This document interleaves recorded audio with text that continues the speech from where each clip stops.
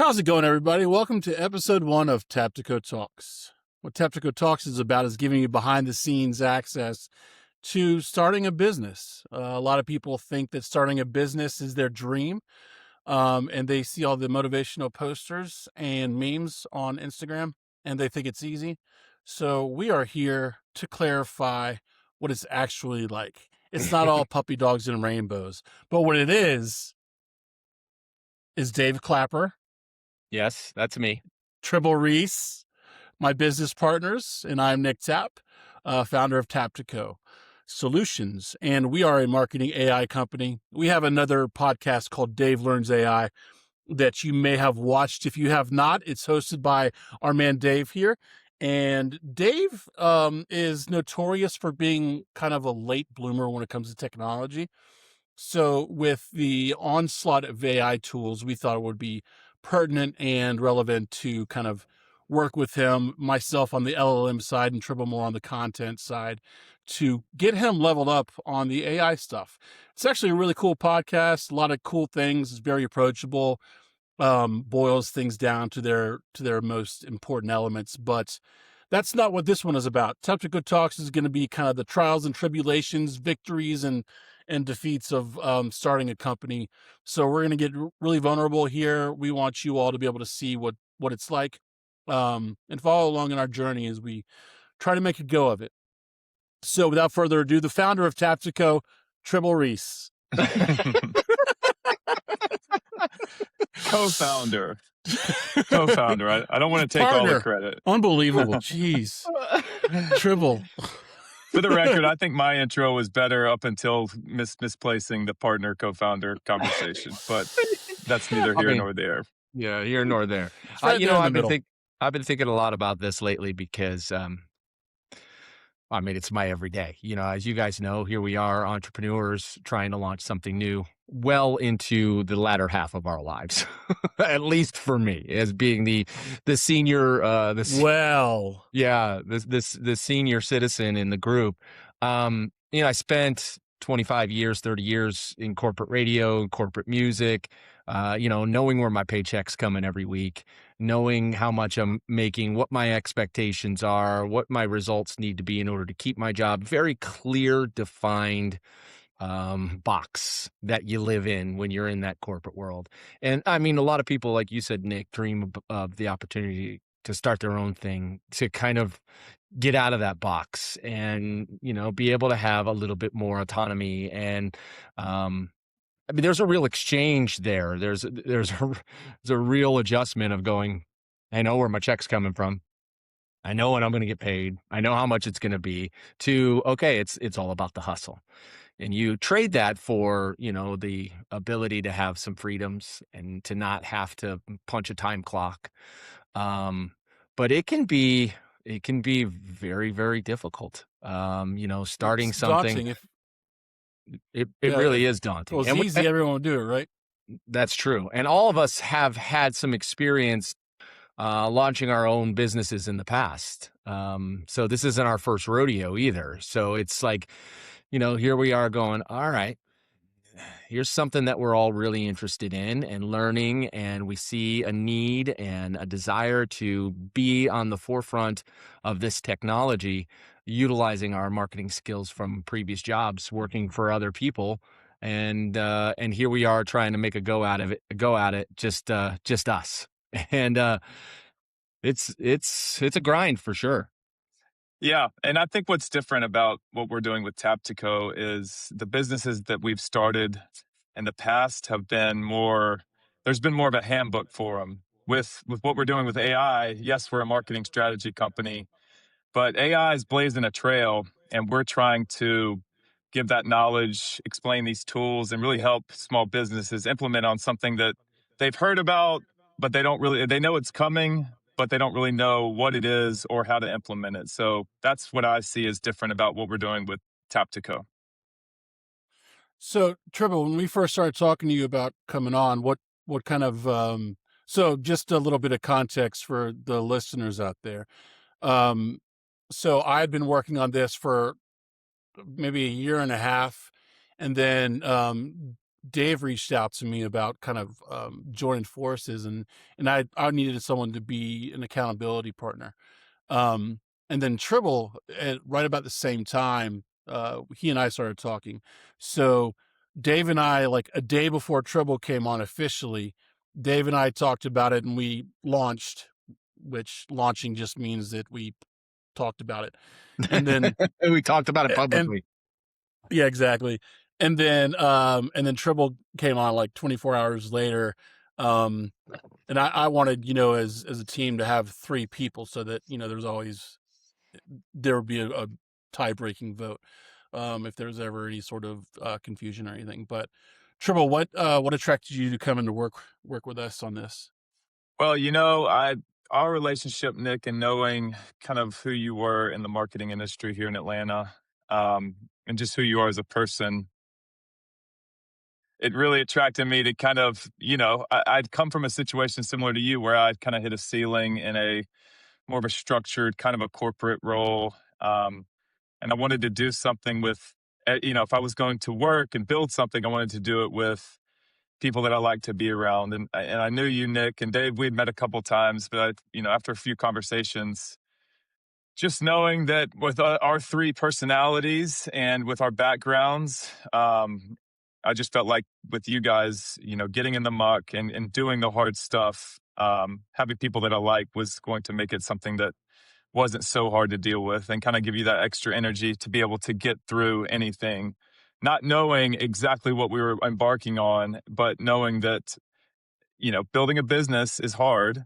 and there's a lot to it. And you got to surround yourself with people that are kind of in the trenches with you. So that's kind of that was number one for me, was being able to recognize that you guys, um, that I'd be able to work alongside you through thick and thin.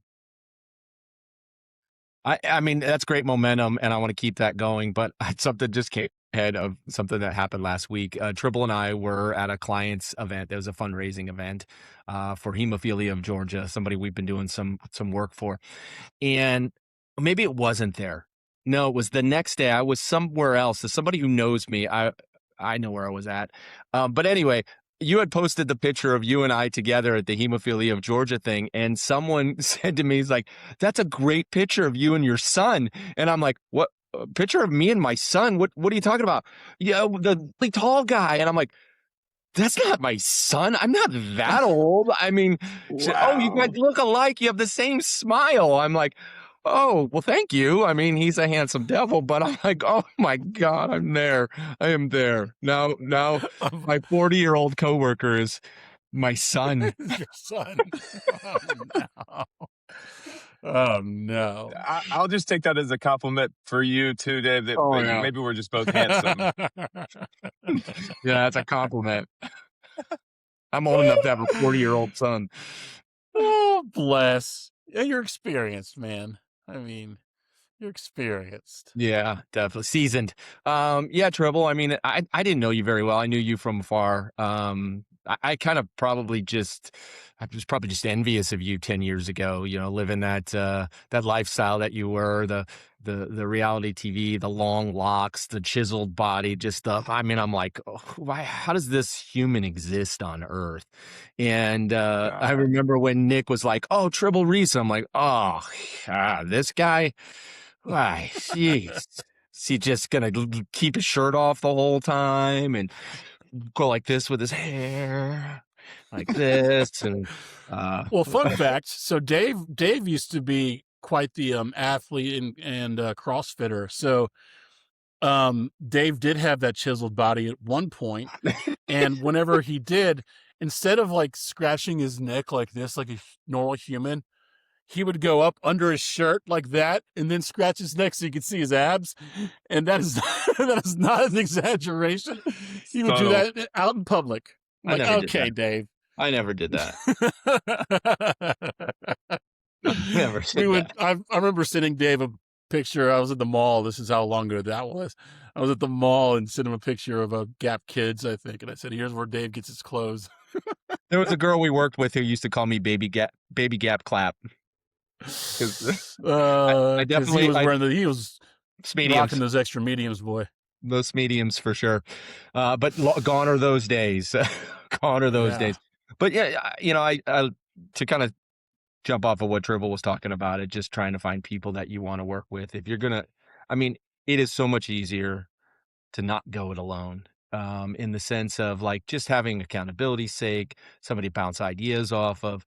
Many, many years ago, I guess this was 2016. So 10 years ago, as I was starting my company, Scamper, Nick was the first person I wanted to be my partner in the creation of this. And he and I had met a couple of times, and he just had a lot of different things going on, and he just didn't have the space for it. And, it was not really necessarily a side hustle for me. It was something I wanted to be a full-time thing. So, I just realized pretty quickly he just didn't have the headspace for it. So we pulled in another mutual friend of ours, just so I wouldn't be in it by myself, and was able to go that road with somebody else and, had a nice long run with it. They say the hardest part of starting a business is that first year. And, we're still in it. Most businesses fail within the first year. And, I think all of us are pretty determined to hustle, to work hard, to show results for our clients, to build relationships, to make sure that this isn't just a swing and a miss, but a full on home run. And, it's cool having you guys on the team, and it's fun. My leg. It is funny Inside joke. to get to learn the quirks of each other. Dave and I are like brothers, so we gripe and bitch and moan at each other all the time. And then Tribble hasn't been around us for the last 20 plus years, so he's like, guys, relax. But that's just Dave's a diva and I'm an asshole, so it works. More dick. I'd say more of it could be dick, and Dave can be a diva, so that's how that Dick works. and diva. Yeah, and then Tribble's the All-American quarterback. Well, Dave, why don't you talk about the struggles in your first year of Scamper, and are there any similarities or differences with this almost a year that we've been doing Taptico? You know what? They're so completely different. I had an experiential business. This was 2016, so kind of before van life really took off. I had traveled out west and rented a van with my son and my wife, and we did some really great traveling, national parks, the whole thing. And I had come home, and I was kind of in between jobs and trying to figure out what my next step was, and noticed that there was a hole in the market, and I had no idea what I was going to do. I was considering buying into a franchise restaurant or something like that. I had sold my house in Atlanta. I had gotten a nice buyout from a previous job. I was sitting on a nice chunk of cash. So it was like, all right, do I, buy into something that's already proven, or, something like that, or start from scratch? And I literally started from scratch. And, it was challenging, but, it's different this time because this is our everything. At that point, it was all like, I have no idea if this is going to work. So the first year and a half, it was really test market. We got one vehicle and just started saying, hey, we've got this thing for rent. And then we got a second one, and we've got financial support that ended up, we raised some money with an angel investor, and was able to increase, from there, and then move it into other locations in other towns. And it was just this natural progression because we offered a service that was not available, but really intriguing for people, especially as it got into, the COVID days where everybody, wanted to get out. That was a next level for us in regards to, where we were as a business. And this is so different. The one thing that I will say is similar is I felt like in the early stages of Scamper, I was on the front of the wave. I was like right there. That's And great. I definitely feel like it's very similar in the sense that we are riding a wave right now. We're on the front end of that wave. Even though we see so much and we see all the development and we see all these people doing all these things, the average business owner, the average person that would potentially hire us doesn't even know where to begin. So we're still in the education process, and then, making sure that people understand the need and what the actual what the actual benefits of hiring a firm like us to come in and to execute. Dave, I got a question. So with Scamper, your overhead is just Yeah. insane, right? Yeah. So even to break even, you drop 30 grand into a van, right? So just to break even on that van, and you're renting them out for 150, 200 bucks a night, so 250. It just depended. I mean, when we started, it was $99. I mean, it Yeah. was, So it, just to break even on that, you had to you had to rent it out 300 times 300 or nights. Yeah. 300 nights. Yeah. And that's a year, right, of a lot of miles. And then you had to deal with insurance, gas, tires, maintenance of the vehicles. So staff. just to clear a profit, I don't know how you did it. Yeah, it was interesting. It was interesting. We actually did. There were several years that we made a nice profit, and then we pivoted a little bit into the building of vehicles because as COVID happened, there weren't enough vans on the street and everybody wanted one. So we ended up launching a build shop, which at that point really played into our profitability at that particular point, because there was just a lot of demand and not a lot of people doing it. So that helped. Yeah, the rentals, I mean, it was break even for the most part. I mean, we weren't running away each year Mhm. going, "Oh man, look at all the money we made." And for the first couple years, I was hustling other jobs, so it wasn't my source of income at Yeah. all. So anything that was coming into the business was just going right back to the business. I was paying some part-timers, but I wasn't making any money. My business partner wasn't making any money, and we weren't really in it necessarily to get rich. I mean, it would have been nice, but it was like, all right, can we pay ourselves a salary? And it became my full-time job and it paid my salary and, until I ended Yeah. up selling the company. So, yeah. What would you, if you were starting it right now, what would you do differently? Well, I wouldn't do that right now because that industry has changed a lot. Um, lessons learned. I think the biggest lesson that I learned at that starting something like that from scratch was just to have the patience that it takes to know that, number one, you believe in something, and number two, there's a real potential for it, and really believe in it enough to even in the struggle to go, this is this is this is legit. This is real. And I think that we came out of the gates storming with Taptico. I mean, we literally, because of Nick's great relationships in the industry, Yes. and I mean, people just like Nick. I don't know why, but they do. I They feel love him. bad for me. It's Is that mostly it? like a Make-A-Wish kid. It's Yeah. a pity thing. Pity. Uh, but it literally has, and it's interesting because our two first clients that we got, and we've had several since, our two first clients we have had since the get-go, since the jump. And this has been something that's evolved in our relationship and our knowledge of what we're doing, and us being able to show them and grow with them has allowed them to go, holy mackerel, like I had no idea we could streamline our business like this. Yeah. And one good thing, so I don't know if we want to do this is off the cuff, everyone listening. Do we want to mention our actual clients by name, or do we want to like give them like what a lot of people do on talk shows and give them like code names? I mean, I'm happy to talk about them. I'm proud of the people that we're working with and the Absolutely. work that we've done. But But yeah, if we want to be vulnerable, we don't want to share like any sort of information. I think for privacy reasons.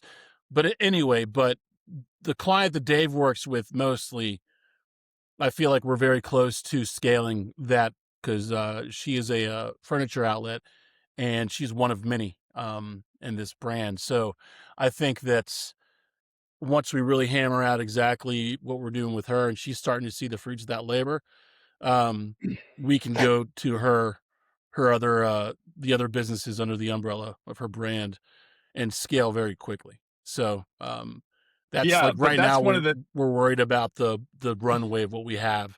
So new client acquisitions is obviously always the number one priority.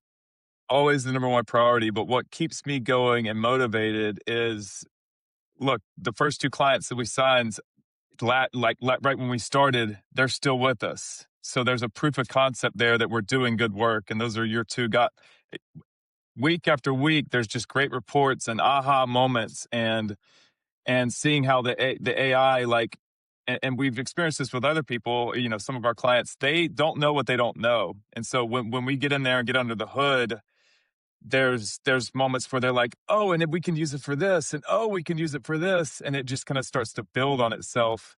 It's just right now it's landing, getting that next client to kind of see the vision where, and that's why I think testimonials come into to play. Having our two clients or three or four give us testimonials about working with us. I'm really grateful that they are the ones that have been with us from the start. We've had a couple that have come in, and we've had a couple that hired us for just special project work and that stuff. But these ones, we got to a point where we started and we didn't know exactly where we were going with it. And we had to kind of see what the needs of the client were. And that developed over, a couple of months, and to the point where we're like, okay, we've now hit a stride, and now we're doing things. I saw I think Tribble, you shared it. It was Mark Cuban on a podcast, and he was talking. One thing that specifically stood out to me is he was talking to the CEO of Microsoft, and the CEO of Microsoft says that software is a thing of the past. Like you used to as a company, Nick, you know this, you worked for a brand that had systems that were created by somebody, whether or not it was your CRM or it was some kind of organizational thing that was in the back end. Somebody created that software, and then you licensed that software to utilize it and to run it for your business. And that's how a lot of small businesses work. And some of those softwares can be really expensive. Well, now and the other interesting part about that is if you have a program that somebody designed, there may be things that you just never use.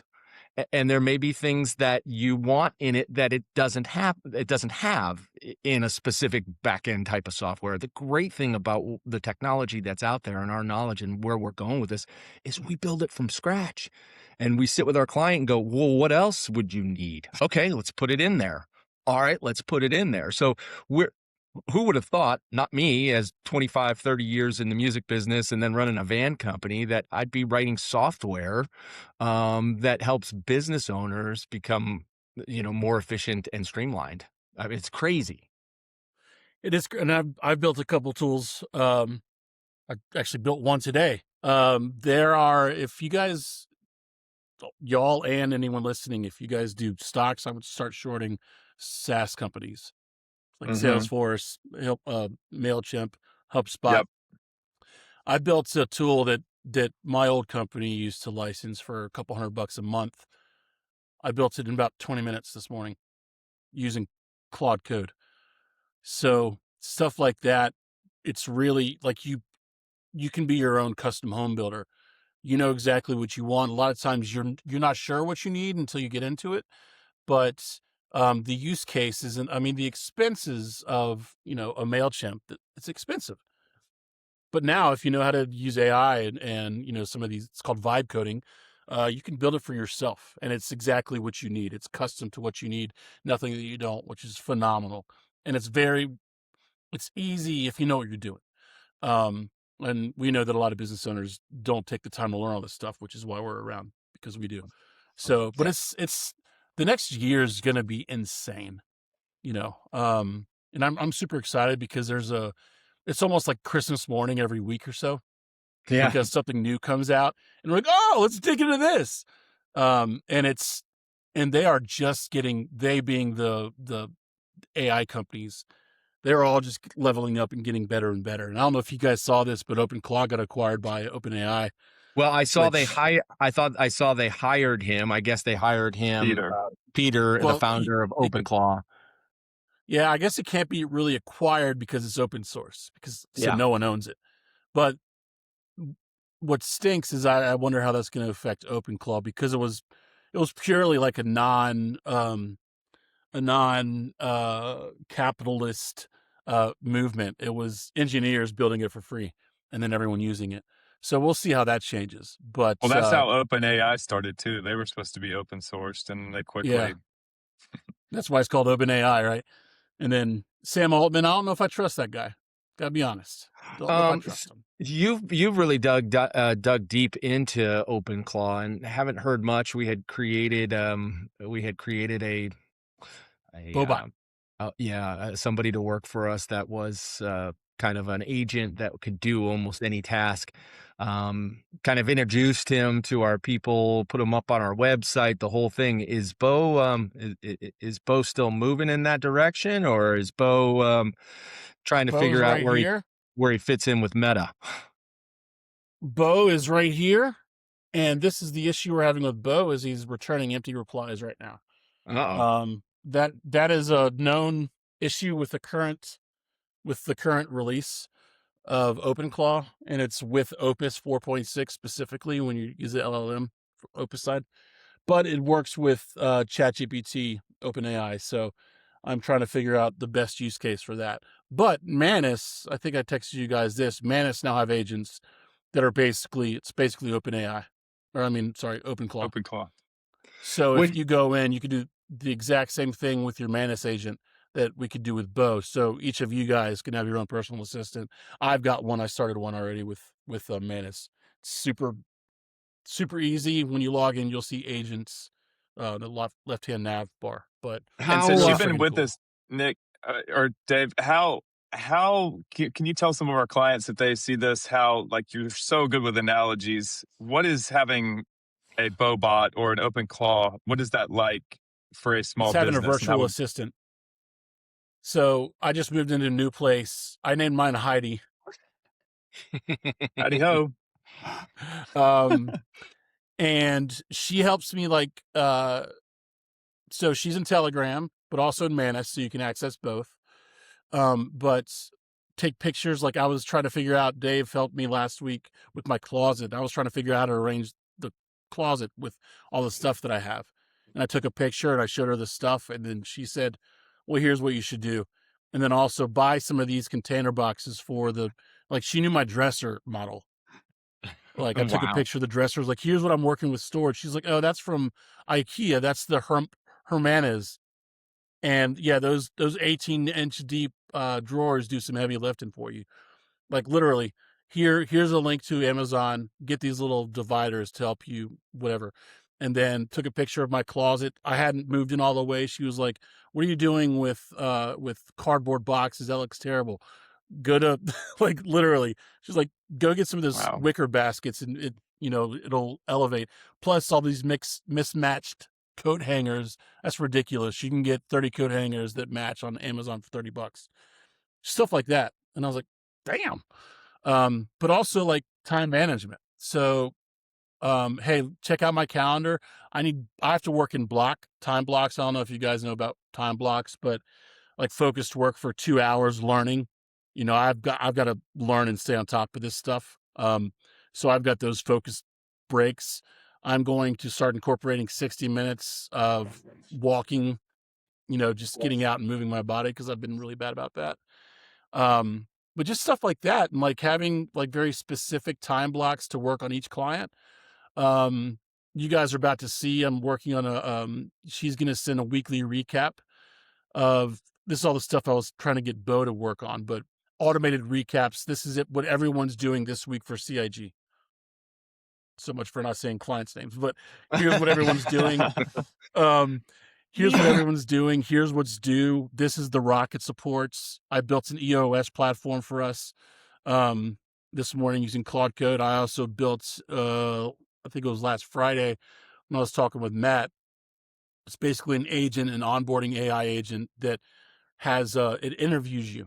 Like, say you're one of the business owners that doesn't, and we'll go over this in our meeting tomorrow, but a business owner that you don't know where to start using AI. It's a dynamic questionnaire. So it's like a conversation. And it assumes that the person taking the quiz or being interviewed knows nothing about AI. And I built that in a morning, and I'm not a coder. Where did you build that? Did you build that in Claude Code? Claude Code. Yeah. Yeah. I mean, that might be that might be a great tool for us to utilize in our, our lead gen and like reaching out to people, because I mean, the number one I mean, we have talked to a lot of people, and it's typically like, I know I have to get on this train. I just don't know what I need it for yet. I don't know where it'll help me yet. I just don't know where to start. And I mean, to be able to deliver something like this that just goes, here, answer these questions. And then you determine at that particular point, does saving this much time, does getting some of this stuff off your plate so you can focus on other stuff make more sense, especially for small business? I mean, if you think about, I mean, I did when I ran Scamper, I did everything. I did ins and outs. I washed, I did insurance, I did claims, I mean, everything. And to be able to potentially automate some of that stuff so I could focus on, at that point, it was getting the word out, focus on my marketing, focus on whatever it was that I needed. When you're a small business and you're a tight ship, it's really hard to hit all the boxes that you need in order to be successful. Yeah, and we've learned the AI. Two of our taglines. We've learned AI since, so you don't have to. And also, we're trying to be the people that help the David so they can fight Goliath. Small business, the chips are stacked against you, but AI gives you a fighting chance to do more with less. One thing that I'm really finding interesting too is AI can help with a ton of stuff.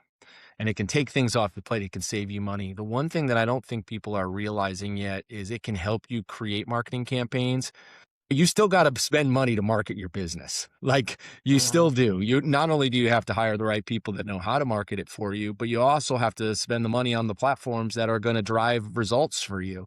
It's not as simple as just going, oh, well, now I've got this tool that'll help me with my social media posts. Fantastic. Great. What is your organic reach? And is that driving business? And it's like, okay, well, listen, you got to get in there. You got to spend money. You got to figure out who your audience is. And that's one of the things that AI will help really, really focus in on your audience. So you're not wasting money on an ad campaign. You're actually super targeted with a message that's going to hit to the person that, is going to be potentially your next customer.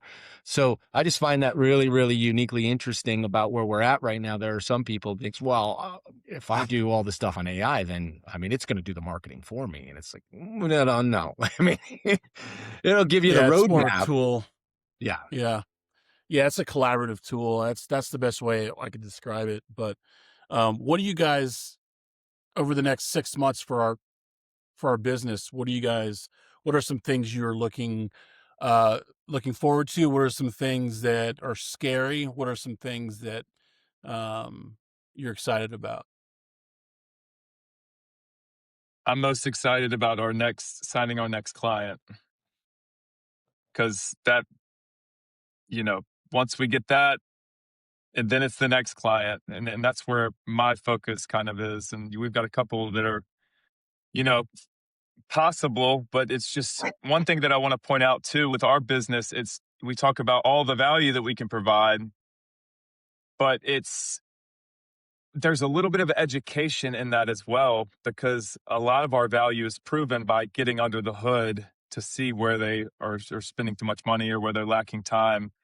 And that takes a little bit of some back and forth. And so I think that's why our client journey, our sales cycle is a little bit longer. We got lucky, for our first 2 or 3, and that's so amazing. I'm so grateful, and it's a proof of concept.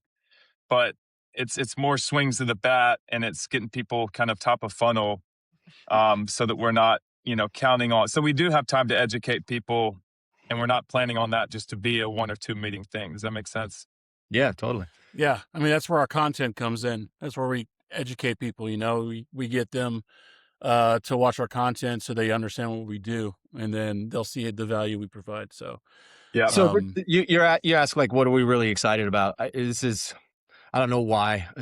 In my my algorithms, I got served with a tarot card reader or somebody who talks about signs and where you're at. And I'm a Taurus. I'm born in April, late April, and what they talk about is specifically there was a planet that was in my sign for a lot of years, and it made life difficult. And I never really thought about it. I was just like, well, this is just life. This is just what I'm going through.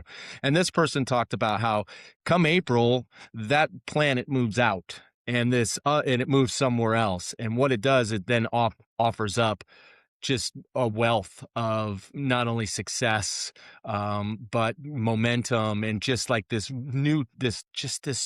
really, really good momentum moving towards the things that matter to me most. And I'm really excited about seeing what that does specifically with the business, because we're like right there. We have proved the concept, and I enjoy every day going in and learning something new in a way that I can present to the client, and the client go, "Oh my gosh, wow, that's awesome.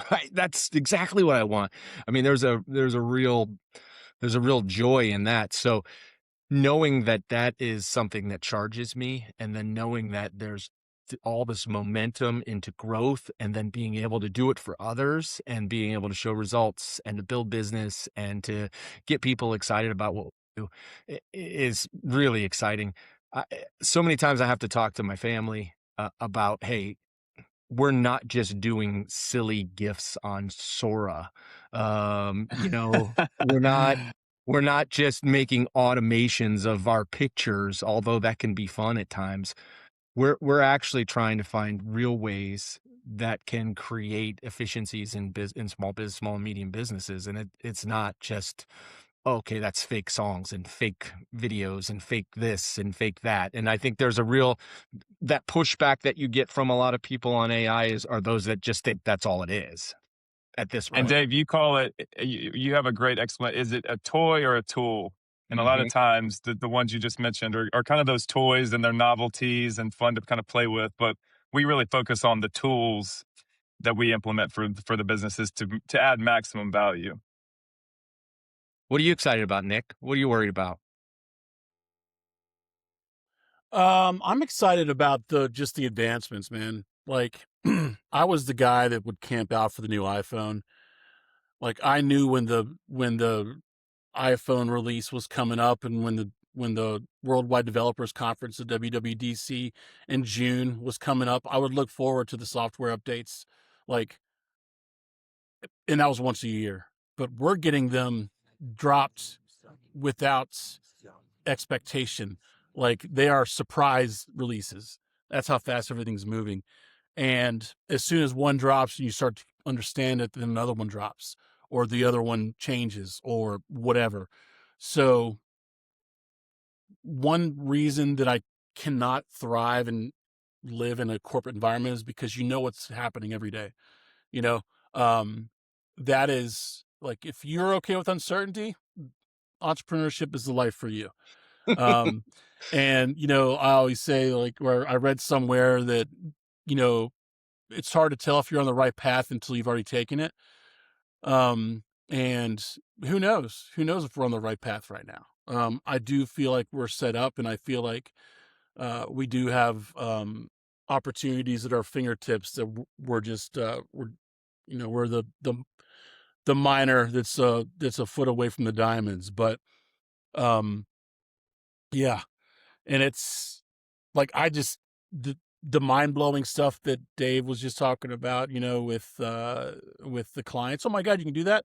I have those moments. Yeah. And I saw an interview with Elon. He's saying he has those moments. He calls it the singularity, where he's like, a couple times a week my mind's blown about what AI can do.